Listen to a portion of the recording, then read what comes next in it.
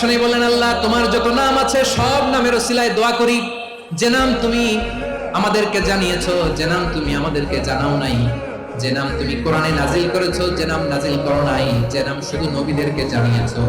আর আল্লাহর এমন কিছু চমৎকার চমৎকার সুন্দর সুন্দর নাম আছে, এই নামগুলো রব্বুল আলামিন কাউকে জানাবে না। সুবহানাল্লাহ বলেন।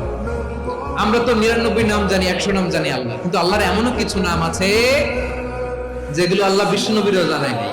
এগুলো আল্লাহ ইলমুল গায়বে রেখে দিয়েছে। দোয়ার সময় বলবেন, আল্লাহ তোমার যেই নামগুলো জানি, যেগুলো জানি না, যেগুলো কোরআনে আছে, যেগুলো নাই, যেগুলো নবীরে খাস ভাবে জানাইছো ওগুলোর উসিলায়, যেগুলো কোনোদিন জানাবাও না তোমার ওই নামের উসিলাও তোমার কাছে চাই।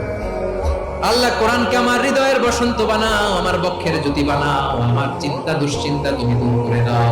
বিশ্বনবী বললেন, এই কালিমাগুলো, এই বাক্যগুলো পড়ে যদি কেউ আল্লাহর কাছে ফরিয়াদ করে, তার হৃদয় থেকে দুশ্চিন্তা কাটিয়ে দিবে কে?